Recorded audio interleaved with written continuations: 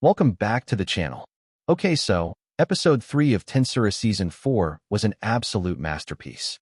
The Mirabelle backstory. Team Green Fury being defeated. The villain plan revealed. That episode set the bar sky high. And Episode 4? It knows it can't top that immediately, so instead of trying to, it does something really clever. It delivers a perfect blend of pure comedy gold in the first half, then smoothly transitions into some of the most politically important story developments of the entire season. And honestly, it works.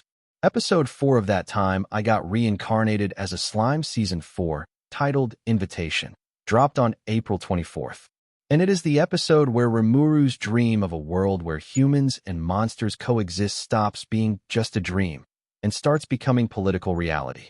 Today we are breaking down everything. The dungeon dominators getting names. Malim getting absolutely dragged out of the castle. The Council of the West making history. And Hinata getting intercepted by a prince at the worst possible moment. Like button.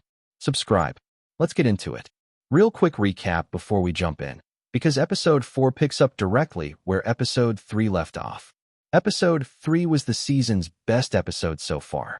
We got Mirabelle Rosso's full origin story, revealed as a reincarnated person who spent her past life secretly ruling Europe as a shadow dictator. We got the Avatar team, Rimuru, Malim, Veldora, and Ramiris, training in low-powered dungeon bodies, building chemistry and teamwork. We got the spectacular Team Green Fury takedown on the 49th floor. And then Yuki dropped the bombshell ending. Green Fury was never meant to win. They were a probe. The real plan is to isolate Rimuru from Veldora and strike. And Mirabelle would use her greed ability to manipulate the political landscape around Rimuru while Yuki moves against him directly. Rimuru won the battle. The real war is still coming. Now, Episode 4 steps back from the intensity and sets the board for what's next. The episode opens in the dungeon and immediately gives us something fans have been waiting for since the Avatar team was formed. They have official names now.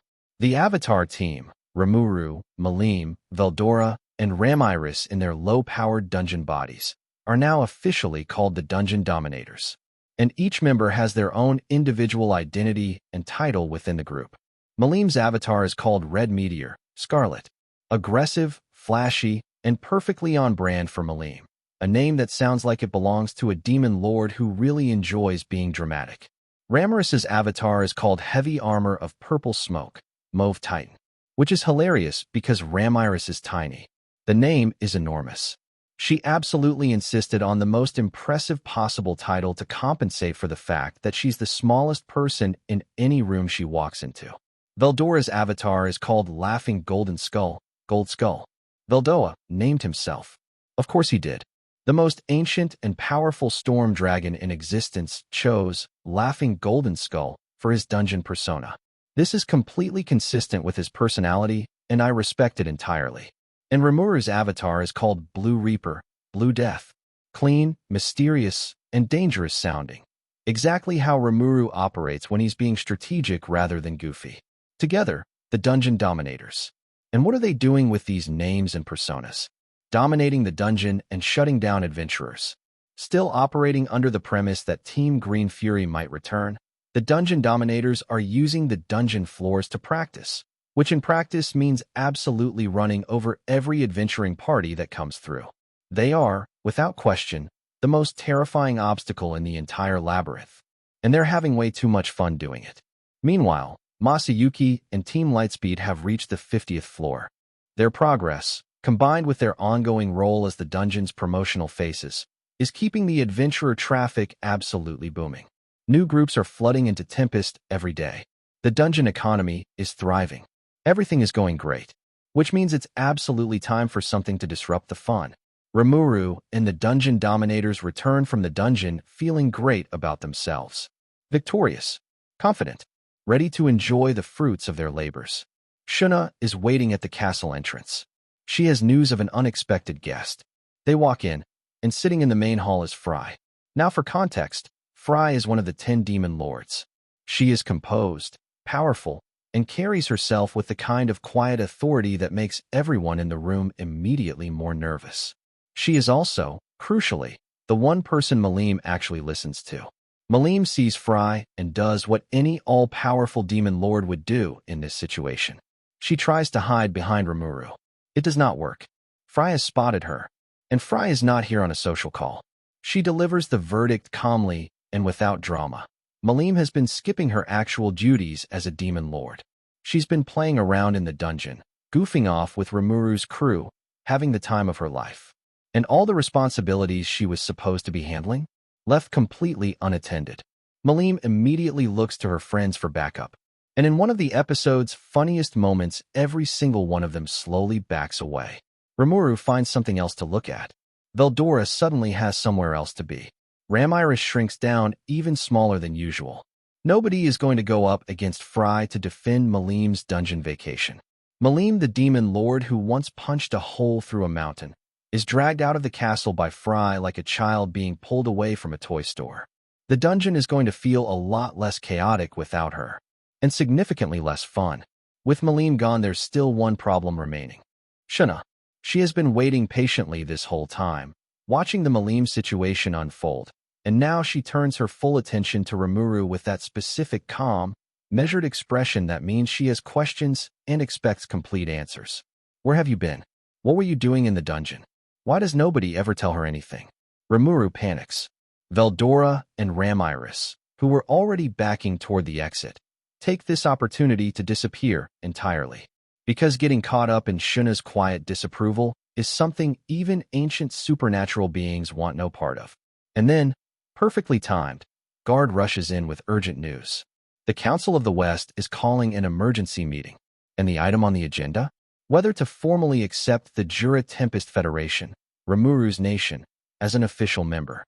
This is enormous. This has been building since the very beginning of the season.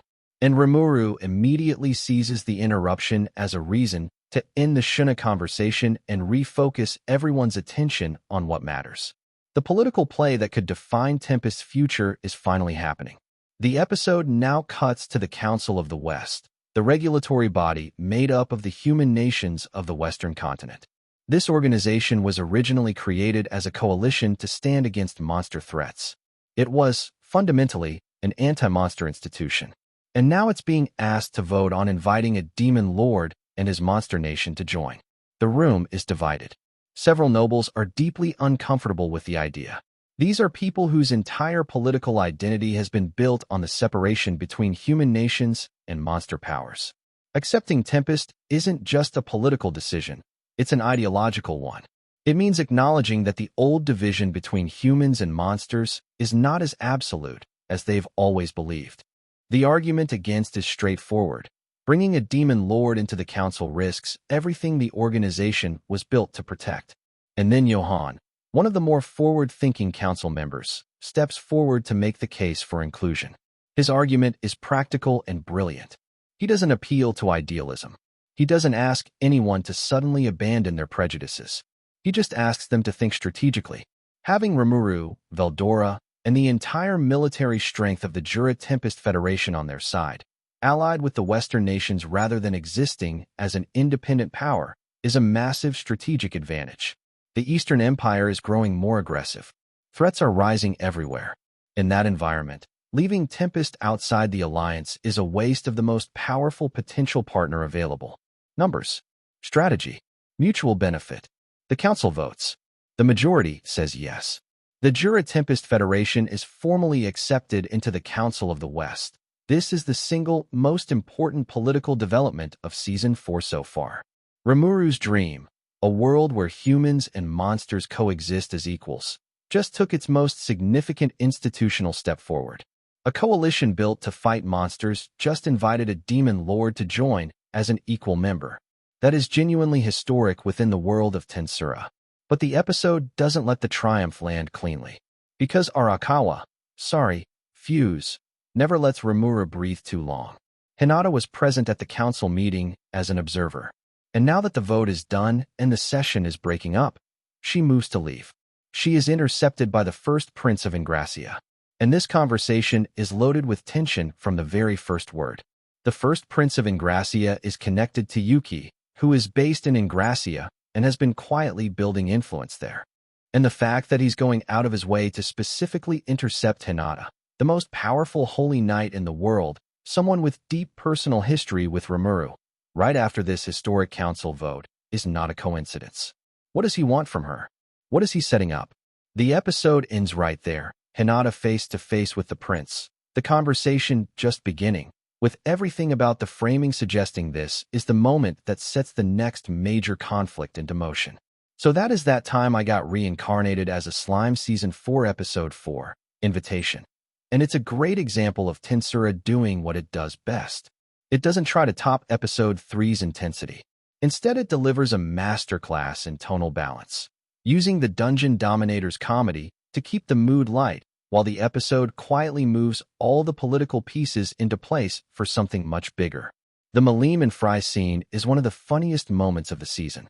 The Dungeon Dominator names are perfect, and the Council of the West vote is genuinely one of the most narratively significant moments Season 4 has given us, because it means Rimuru's dream is no longer just a dream. It has institutional backing now. And then Hinata gets cornered by the first prince of Ingracia, and suddenly the celebration feels fragile again. Because in Tensura, every step forward comes with a new threat waiting just behind it. Studio 8-Bit continues to deliver clean, consistent, visually polished work.